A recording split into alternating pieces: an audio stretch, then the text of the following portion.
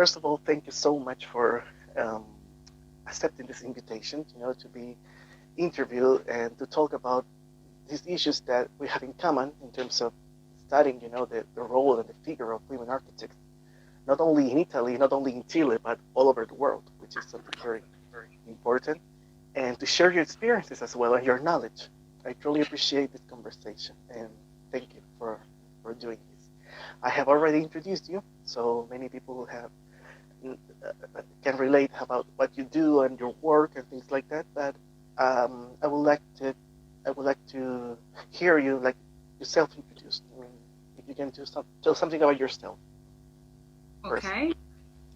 Thank you very much for inviting me and inviting me to speak about the project I'm working on, which is a collaborative project. So it's not just myself, but it's of other very important team members that I work with.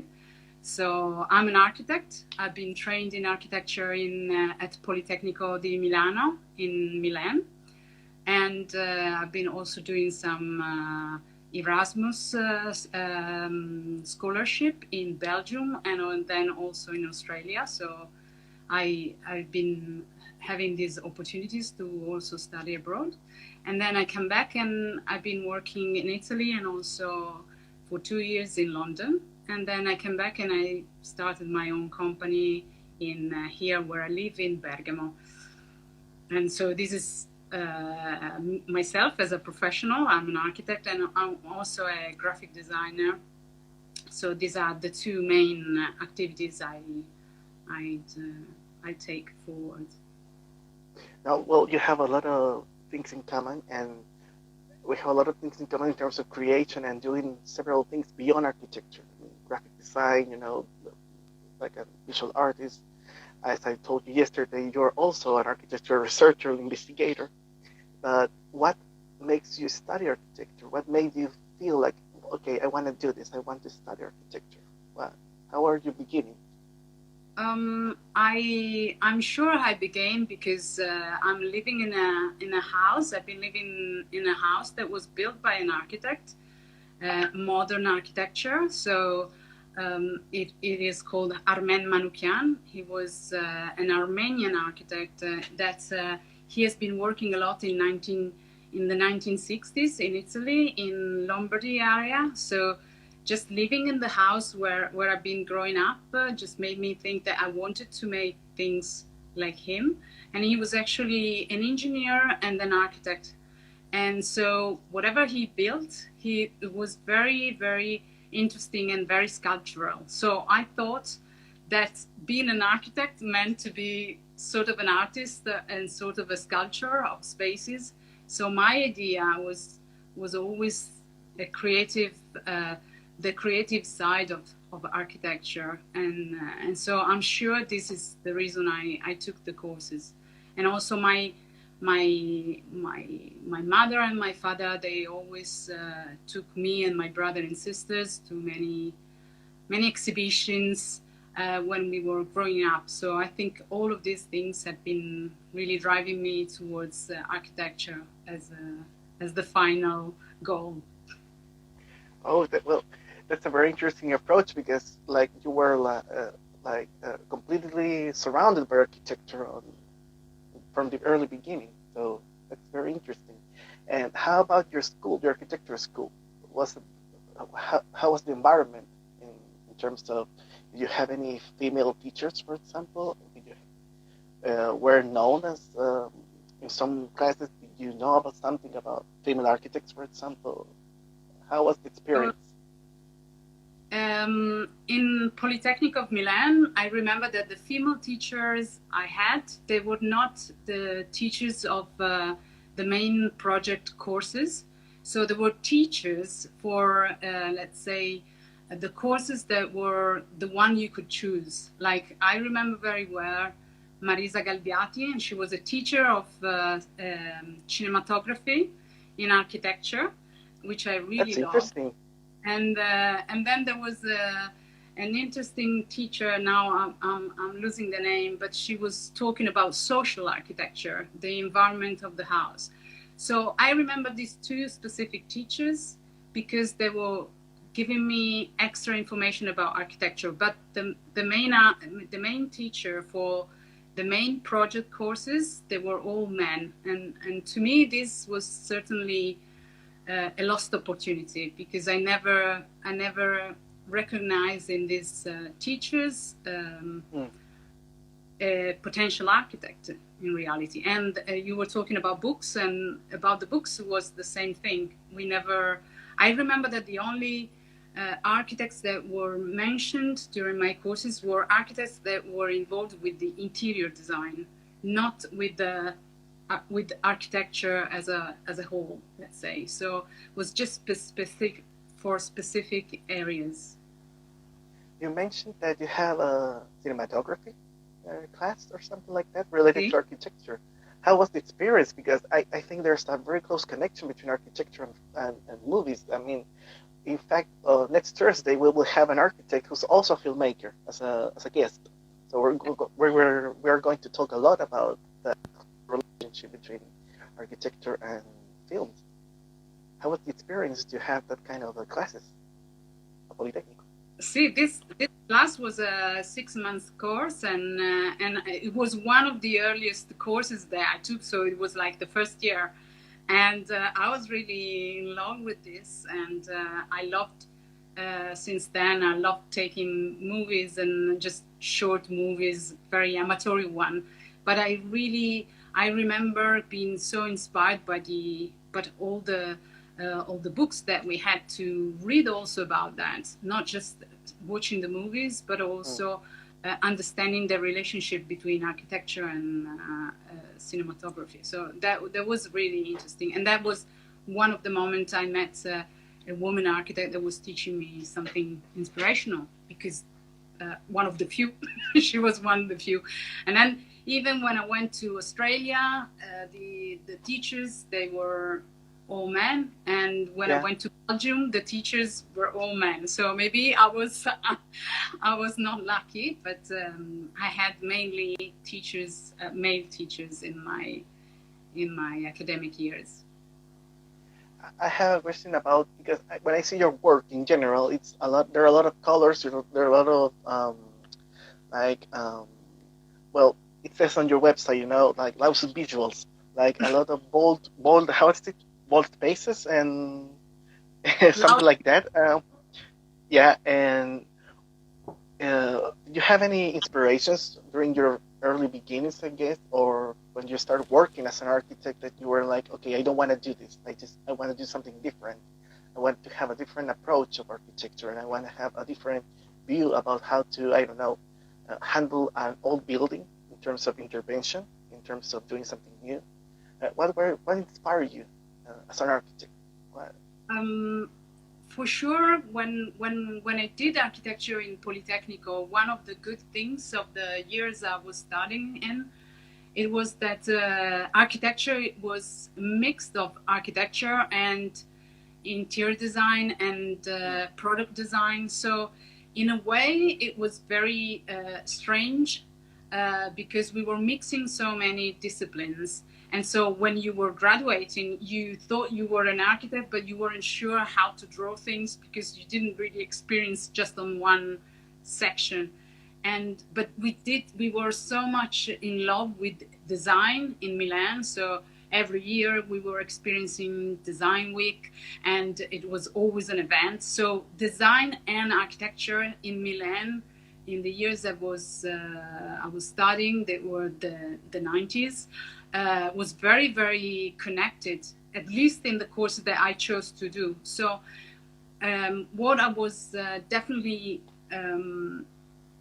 not happy to was to work on an architecture that was following grids. So I couldn't understand a minimalistic approach, because I always thought that architects had to resolve functional reason and get everything working, but at the same time we had so many colors to experience, so many formal attitudes to experience. So for me, I would say, how is it possible that Gaudí, he was making buildings, amazing buildings, not using the 90-degree angle, and we are still so attached to buildings built in the same formal way. So to me, it has always been important to break the rules and to try and dismount this box that I've been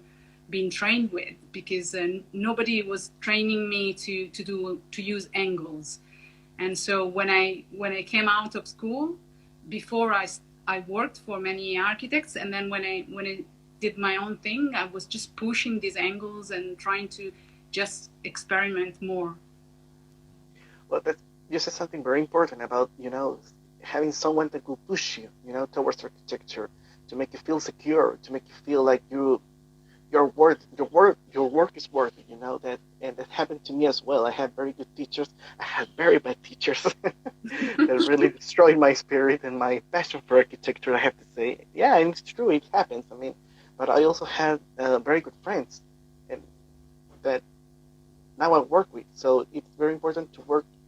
I think architecture it's not something to work by yourself. There's always people around you that pushes you, that joins you, that are like working in teams.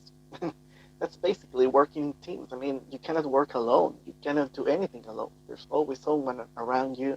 There's always someone that is looking for support as well, and you can be that support. And I know that your work, especially when you created, along other people, of course, Rebelarchitette, a lot of female architects felt like their work can be, something to talk about. They're not like hidden or something like that. No, their value, they have a value as architects. And how was the idea of creating that? Did it start like a website, like how was the beginning of Revelar? The beginning was in. Now, one more thing I want to say about what you say now. Oh yeah, sure. Go on. Wait. You were saying now that thing about the sharing. I don't know if you. Well, I do remember in the old times where I was working that whenever you were finding a material and you were asking, "Wow, this wood is really good. Where did you get it?" It was very difficult to find this information because everybody was just scared about sharing the brand that they maybe found secretly in their research.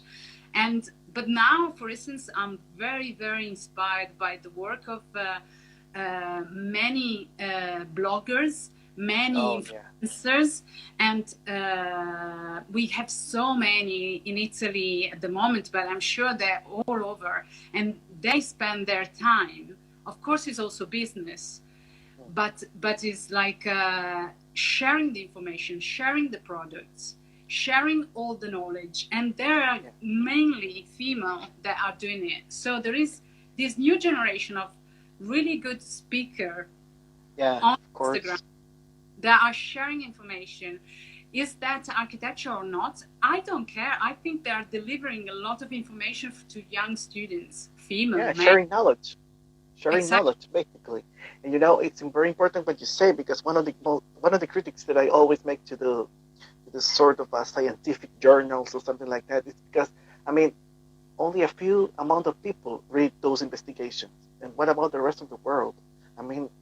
Even now we're facing so many difficult times. We're living in a very tough world right now, and we can learn a lot about scientific journals. We can learn a lot about investigations, but what about why some people just keep it like close and not sharing the information? I think that's wrong.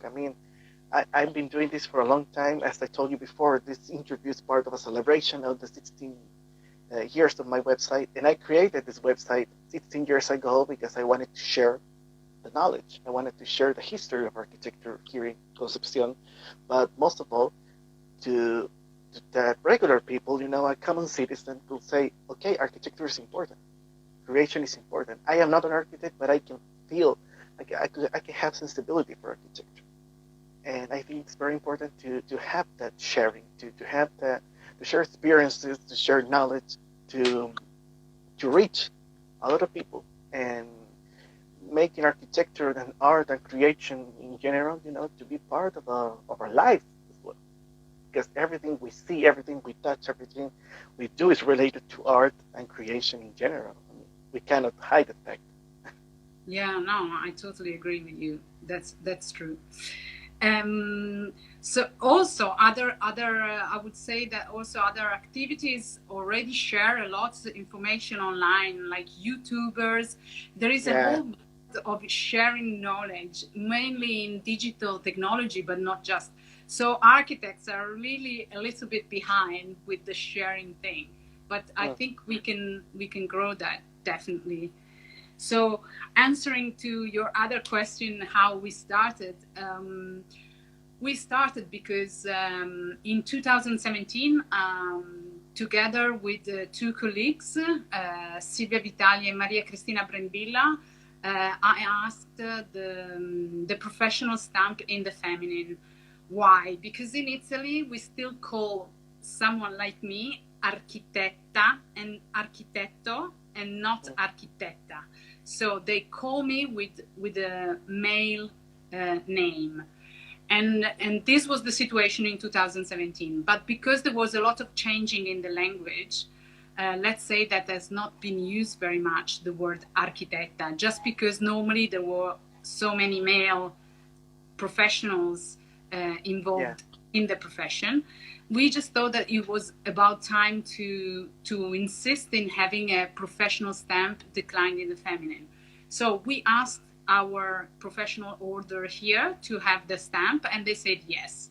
So we just said, okay, that's fine. We are happy to have our professional stamp in the feminine. But in the meantime, there was a lot of discussion over the internet. So the media coverage was really good on it, and they were saying, wow, they won the battle. They've been fighting for their stamp. We didn't actually, but on the social network, we got so many critics that we had to do something about it. We understood that we had to do something for this, not just the name architecta, that was not accepted in the mind of female architects and male architects. So everybody was against it. So we thought we have to do something about it. And so we said, we are not just pushing the word architecta to be used nationally. We are going to use architecta internationally first, so that maybe the international audience will understand that architecta means woman architect. And then at the same time, we want to promote the role of female architects. And so we built up this book. We started posting every day woman architects since May 2017, and saying that we would have reached 365 profiles by the Biennale of 2018, the Venice Biennale that was curated by Grafton Architects. So we started with this idea, and then the book, we also launched an open call, so to receive also candidacy from other architects, and we published half of the book online, so it was already online, and then we republished it when we were at the Venice Biennale. So we started with this editorial idea of collection of names, so that we were sure that for the Biennale, and not just for the Biennale, there were enough female architects to look for. It was just an open source tool, and this was the start. That's how you started. Wow. and it was very well. There's a lot of things, because I remember when we first met, at Torino, at that wonderful meeting, Momowa, which was in June. June. Yes, in June. June. June 2018. And I felt like this was like a very solid movement. Like was, I don't know how last, I don't know, like you started 10 years ago, for example, not 1 year. And And no, you started like a year before the Momowo Congress. And how fascinating it is to have, and you were only 3 at the beginning, Yes. right? And now... No, we sorry, I'm just putting the No, it's charger. fine. Well, you met when we were in Momowo. That for us was, this is Momowo Yeah, book. and I have it here. Okay. Actually, Momowo was really a surprise because I was one of the, I actually was suggested to participate to the competition launched by Momowo. There was a photographic competition. So yeah. I enrolled in that, and then I was a finalist of that. And so Caterina Franchini then connected with me, and she said, why don't you participate? Don't you upload a paper? And it was my first time. So together with my colleagues, we wrote the paper and we participated. But we were already 10 people working on it. You just met Elena Fabrizi, and she remembers you, and also there was Elena Perlotti, and she was a great team member of Rebelarchitette. So we were 3 there, but we were already 10, let's say. But we weren't sure what we were at the time. We were just sure we wanted to produce enough role models. And to do so, we didn't do it just like this. We were looking at references from all over the world. We were very inspired by the work of Parlour. Parlour, that is an Australian association that we just found out. And they have a specific area which is called the Marion's List. And in Marion's List, they already highlight all the architects that want to take part to events. They want to be teachers. They don't want. They just say they have the knowledge to take this position. So we were very inspired by this group that was producing a very functional tool to make sure that journalists, jury organizer, curators could find women architects. Well, so, and you managed to publish a book, right? You did a... Well, we did an open source book, and it's on issue. So it is what we did also as an action. We did something that normally you don't do when you do books. Obviously, you have to have all the necessary agreement with the person you're writing about, but because we were rebel and activists, we just say, let's publish them. Okay, let's publish them, and then let's inform all of them that we are publishing this book, and so they could revise all the information. So basically, we said, okay, you're already in the book. If you don't want to be in the book, we can remove you from it. If you want to adjust the biography that we took from your own site, we can reduce. So we basically tried as much as possible not to change the information they had already, and so we were quite sure they were happy with it. So when we published it, we were still a bit on the activist side, but I guess they were all happy about it because nobody really asked to be removed.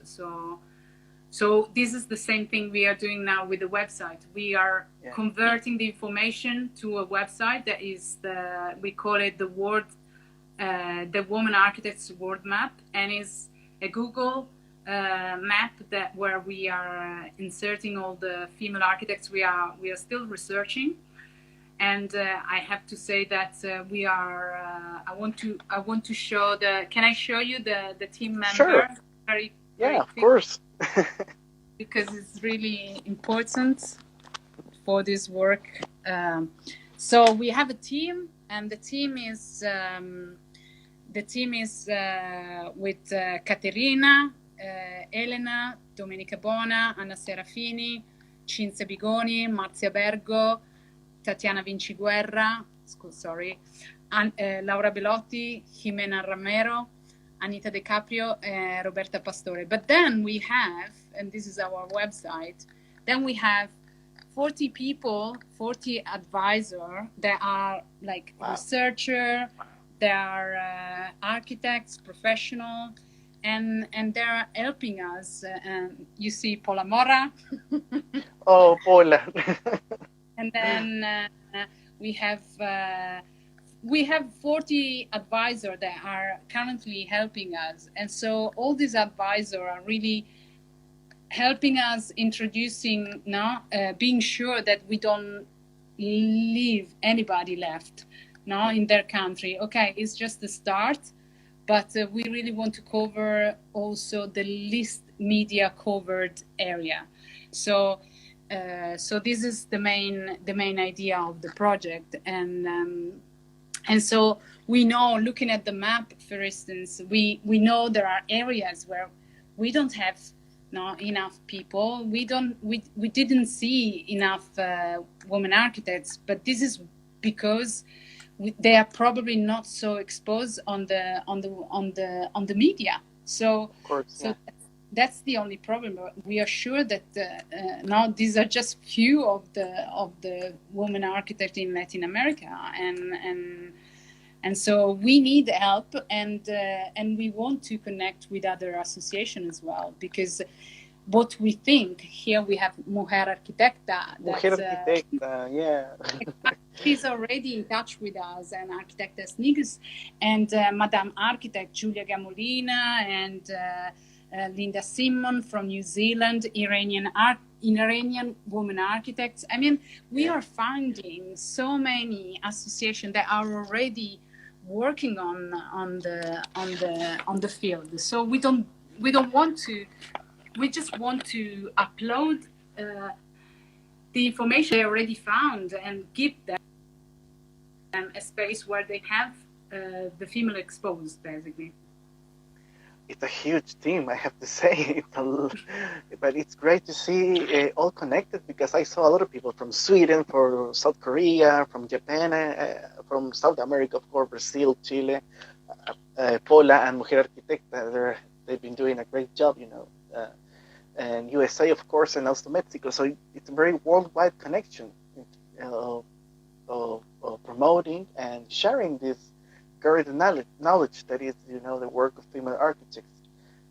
When you started doing this, like the open source, the open book that about the architects, did you have any challenges? Some problems, or was it difficult to make? Yes.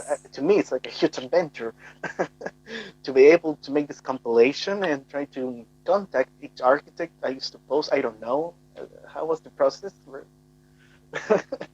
As I said at the beginning, what we did is we skipped the getting to all the confirmation from at the very beginning, and we asked at the very end. So we already pushed the thing, and so that was quite easy. It was very difficult to find women architects. So we also decided, because we were working online, all the team, we also decided, because we want to, our main target was the students in university and the young professional first. So this is the main target, and this is why also our graphic design is very pop in a way, just to approach probably, we think, better to younger professional, and also is involved in diffusing lecture, so like book writers, journalists, curators, and whatever. We thought that we wanted to find as many architects, and as I said, we did it not on books, but on what is already exposed in the media. So we collected information from awards, important awards, like ARVA award, that is an award for French women architects, and where they already display on their website many architects on a map, like we do. So they've been doing that, and we have been finding women architects on that, and we have been finding women architects on specific articles. specific awards, specific publications. Also Momowo was the publication we found architects from. And we also look at the Divisare. Divisare was for us the main research online database. So many architects, we found them. We found some others in ArcDaily. So we didn't do, it was the already exposed women architects. Yeah. Wow. And hold on a second. I'm just loading the website of Rebel.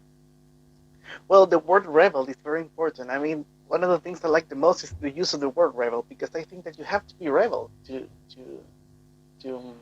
deal with certain situations. If you are against the establishment, if you don't agree with so many things that are established, I mean, I think you have something inside of you that says, okay, this is wrong.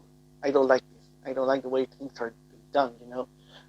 And being rebel, I think it's part of being an architect as well. I mean, an architect, I don't know if you want to say something about the word rebel. Well, because what we wanted to do is from the start, was to connect to the international world and not being focused just on architecture, on Italian architects. Italian architects have got a very, there are really so many at the moment. And our percentage, I think, is 42% are female in the field. But the problem is they are less exposed. We still have so many all-male panels. So we are totally against this situation. And the younger and a few weeks ago, we talked about it because there was this thing about a whole male and all-male panel that was very, you know, how? And so now we started with role models, but then we did another research that was about, that we called Time for 50 report, where we could say that in 2 years they had 411 conferences in Italy, held in Italy, and 37% were with no presence of any woman architect. So this, we thought, was the reason we also started investigating in all-male juries, all-male panels, and we are still doing it because the young professionals are in a larger number of male professionals and also the students. So it's unbelievable that we are still trying to ask for visibility when the students are already so many, but the establishment is still very male-based. So this is why we are rebel. We are rebel because also who, like me, has been having also the privilege to work abroad, knows that there are much more opportunities abroad in several areas of the world. So this connection can be very powerful, and we had also a lot of help also from professional and head of schools. Marta Thorn has been helping us, giving us connection with the architects in India, for instance. So we know that we are not part of the establishment. We don't want to be the establishment, but we want to force an equal vision on architecture. Wow, that's very powerful. I was just looking at the profile that you did of Hariri and Hariri, those sisters from Iran. I think they're amazing. I'm a huge fan of their work. You know, I'm trying to get them for an interview like this. I hope we can do that interview because I mean their work is just amazing. It has the sensibility, you know, how they manage landscape and texture and colors. And well, I was going to ask you something about that because I met Iranian architects in Italy. You know, well, a few during Momowo, and it was so beautiful to share experiences. I mean, from so different countries, you know, from Iran to Italy, from France to Spain, from Portugal. I befriended this architect that was making these tours in Portugal, like Cristiana, for example, in Italy, that were in industrial heritage or something like that. But you've been to Belgium, and also Australia. Yes. Was it very different in these three countries, Italy, Belgium, Australia? How was the experience in there? Was it very different, the approach of architecture, how things were handled in terms of equality, for example? Or it's the same, it was the same, the same situation on the two countries? It was very different because, for instance, in Polytechnic of Milan, we were also attending courses where we were like 200 people for the same teacher, the same course. So everything was very much like a battle. And maybe we were doing project courses being in a group of 7 people. And so everything was a bit mad as organizing wise. And when I went to Belgium, I was selected for a very small city, Hasselt, but they had a fantastic university in Hasselt and the Hogeschool of Architecture. And I had an amazing experience because they were very focused on interior architecture. That is, for me, is really like a profession so underestimated by the establishment, which I believe is so important nowadays. So let's see, if we look at Italy, I mean, most of the buildings needs to be restored and most of the buildings needs to have interior architecture being done.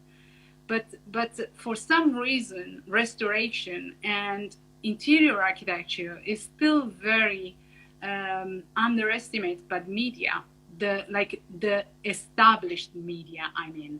Then of course we have a lot of platform where we can develop that. So when I went to Belgium, I could really breathe amazing interior architecture being done and being taught also. So I really had an amazing experience, and we were like 20 people in the same class. So it was like going back to high school and having a professor that was actually looking at you and sharing information one-to-one. So in Belgium, I also learned something that for me was very special. For instance, the help that was given from one class to another. So let's say the fifth year students were preparing their main graduation, and the third year students were helping them. So they were helping them making models, they were helping them doing things. And I was amazed by that. In Milan, we were all like just surviving, and from the fact that we were so many, but in there were also this collaboration. So every third year students was helping, and so every third year students, when he was becoming fifth year, would have been helped from third year students. So even this was something important that remained in my feelings. In Australia, I went then. It was in Brisbane, and it was 1998. So I went there not because I chose the country again. I was sent there, but I was just happy to do another Erasmus moment. And in that case, I was at Queensland University of Architecture, so QUT, Queensland University of Technology, sorry. And in there was my first approach to organic architecture, sustainable architecture. They were already talking about it. They were taking us outside in the bunch to see developments done with sustainable materials, houses that were living in a sustainable way. And it was 1998. So for us, it was a new thing coming from Milan. And so the approach was completely different. My main thesis was about a sustainable research center in the middle of the desert of Australia. So I was using earth bags to build it like as a straw bale house construction. So it was completely different approach. So Milan gave me the design attitude, then Belgium the importance of interior architecture materials, and Australia was really the moment I understood how important sustainable architecture was. So what a huge contrast between three different realities, three different countries. And Well, you mentioned a lot about students, the importance of students. And a lot of my students are watching this right now or will watch this later. And do you have a special message for students, especially female students? Because as I told you yesterday, um, we have this group called FEMARC at my university where I work, and those girls are very passionate about what they do, and they have acknowledged a lot of great things in terms of equality, not just for students. I mean, to talk about architecture in a much more equal way.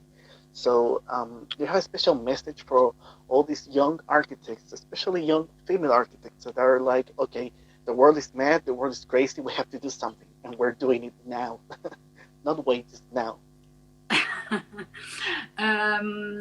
Well, to me, what I wasn't taught was that I could ask for help. So I can see now how powerful it is to work in a collaborative way, and thinking about architecture as a plural dream, not something that belongs to the architecture we have been learning in books, where we had monography about male architects and thinking that the final achievement is to build new houses, which maybe will never happen, and to develop just your own research idea. So I would say we don't spend so much in researching for your own idea, but in blending your ideas with others, and think already about a team in the future where you can collaborate with, also with personal work. So keep on the satisfaction I have now with the projects I'm dealing with is because there are projects that were born in my spare time, in weekends, in nighttime. So don't do nighttime work for your bosses, but do nighttime work with your friends and try to develop new vision and get inspired also by other female architects.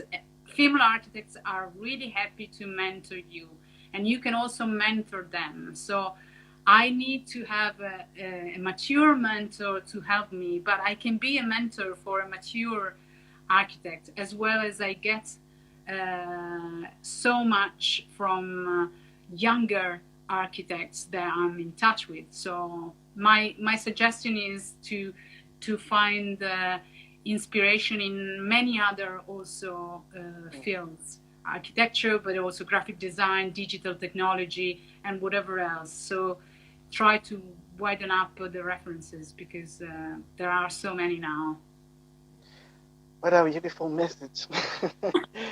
Thank you so much for those words. I mean, I think it works not just for young female students or your female architects. I mean, it applies to everyone. I mean, to every architect, because there's still this feeling of inequality, you know, in so many levels, in terms of including academia, for example. If you're a young teacher, you don't get much attention or respect as the more mature academic, of course. I mean, I've been going through that for so long, so yeah, I can definitely do a speech about it. But but there's a lot of inequality in so many levels. Well, we did this little book last year called Creadoras. I showed it to you yesterday. It's a small publication. We were four in the team: Andrés Saavedra, Javiera Pavés, Gustavo Burgos, and me.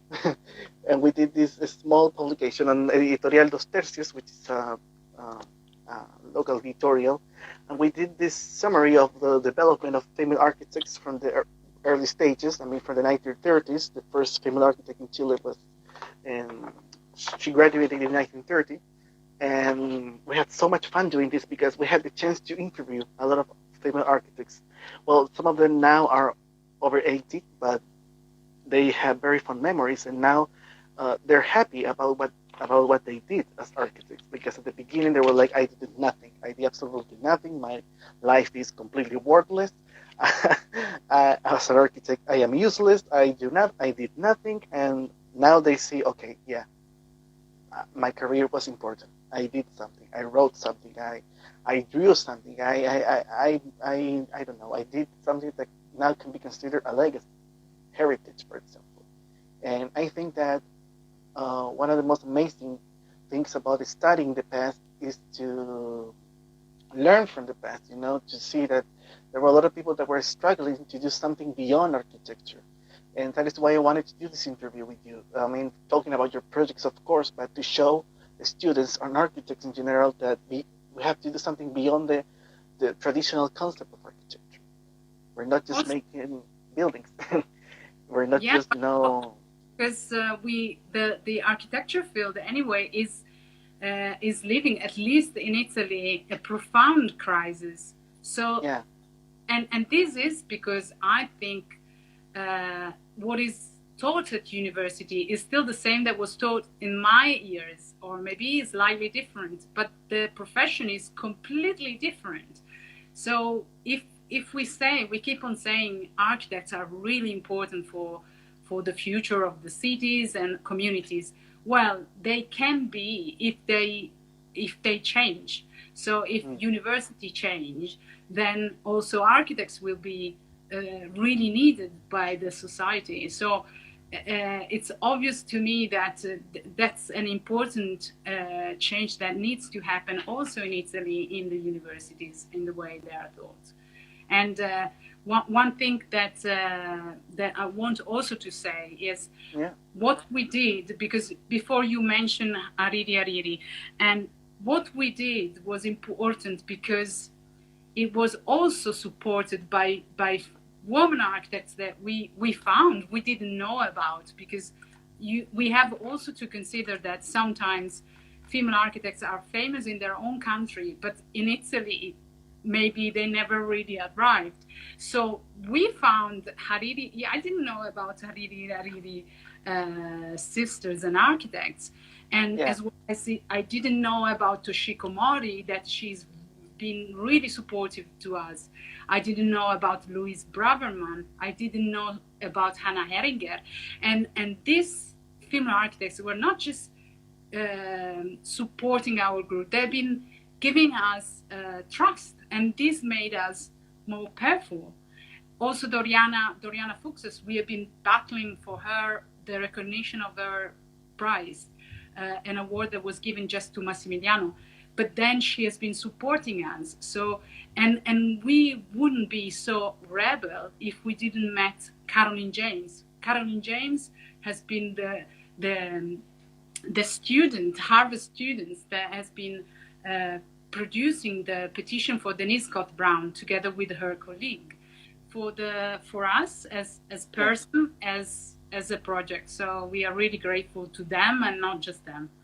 So there is a lot of, as you said, many women architects. It doesn't matter how, if they recognize the discrimination in architecture and they accept it, even if they are also obviously talented, super talented professional, they can really make the change at different levels. So we start from the a very low level. We want to stay low. We want to make the revolution from this side, and they are doing their revolution from their side. So this is very powerful and good.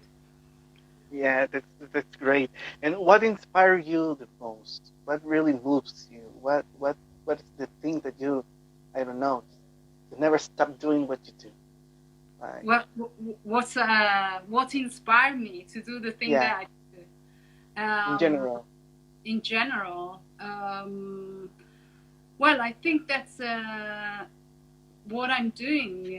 As I said, I do it together with other people that I find myself very, very happy to share time with. So we have the same needs, and even if we know different things, we are building up a community, and the fact that the community is growing. Let's say the social network community is growing, but on the other side, the establishment is still doing manuals and is still against us. Take us towards the final goal. We want to have architecta being used in Italy more than anything, and we want to have female architects being inspiring us. So I'm personally really, really happy to share information and to share female architects' names around, and all the team is doing that. So what I'm at the moment, I'm also, as you probably noticed, I'm also maniac with Instagram filters, because I love visual art. I love digital technology, and I think it can spread information so well. So building filters is just a part of the game and part of the way we want to approach young professional, and we want to be useful to them also through graphic design, and is completely against the establishment format. How do you see the role of architecture with all the things that are happening right now in this crazy, mad world? I know it's a very complex question, but I know many people are answering this question, saying how the architects should work. I personally think that I'm still also living in this area. I live in Bergamo, so in one of the mostly affected city. I think we still need, I personally still need to recover from this global nightmare, and I think we really need to consider ourselves and as professional, as human beings. So it's only when this thing is going to be finished that we can really produce something new. Otherwise, what I could say to you is that obviously I'm also a teacher. I'm enjoying a lot smart teaching. I think there are lots of opportunities in there. I'm very happy that Italy has to go through that, because it's going to speed up the approach to digital technology in education, and is also going to help female architects, female professionals, because it's going to make smart working much easier for dealing with family times. That is going to be for male and women, but these things are just part of the thing. So using technology is one of the thing that I hope is going to be even more improved after this pandemic drama. But then in Italy, I can say to you that we are 160,000 architects in Italy. In Italy, we have the total amount of architects that you can find in United States, just to give you an idea. Okay, so in Italy, it's very difficult to describe how an architect can be really useful to people, because it's still considered a luxury service that people will go to. So female architects, on the other hand, female architects that we found are driving to different models, and so different fields, as well as urban participation, collaborative project for the cities. I think women architects are already, and they did already in the past, but they are still doing a lot of work on that direction, and this direction is definitely needed. We are gonna need to change our cities. So instead of thinking about becoming architects and building our Le Corbusier villa, we really have to consider the city as the main heart of our production. And so to me, the future of architecture is having less money, clients with less money, less willing to do nice things, but we have to really drive our attention to sustainability products and sustainable products and materials and production in general. So we have to be sustainable in many ways. It's not just choosing a material or another, but seeing how many resources the client has. So I think we are just going to be more conscious about the fact that it doesn't need to look good in the end, but it needs to be a good process for the future of the global Earth, you know. So obviously I cannot say what is going to happen. I hope that that is going to make a change. And as I said, I hope that is going to make a change in university more than with the professionals that are already out there and they are already, again, still trying to survive and battle with all the other colleagues. So we really live a very ego, how do you say, very competitive field in Italy, especially. I think in the world, but in Italy especially. So maybe this thing is gonna change the rules, and I hope so. So we'll see. I would say we'll see. I don't know. Me too. I agree completely. Yeah, we'll see. Well, yeah. Well, we have to be rebels. We're all hot trends, like David Bowie said in the song.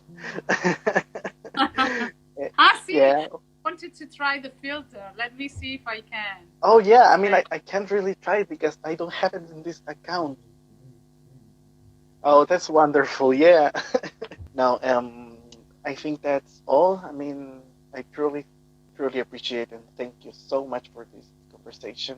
It was a very interesting talk. We talked about so many things about creation, and of course, to me, I dedicate these talks to my students, and I know they will feel very, inspired by your words and your work, of course.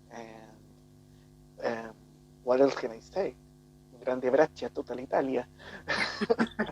No, thank you, Luis, because what you do is really important. So we were very happy to talk to you and talk to your students, and hopefully this can be nice to also look at. Yeah, of course.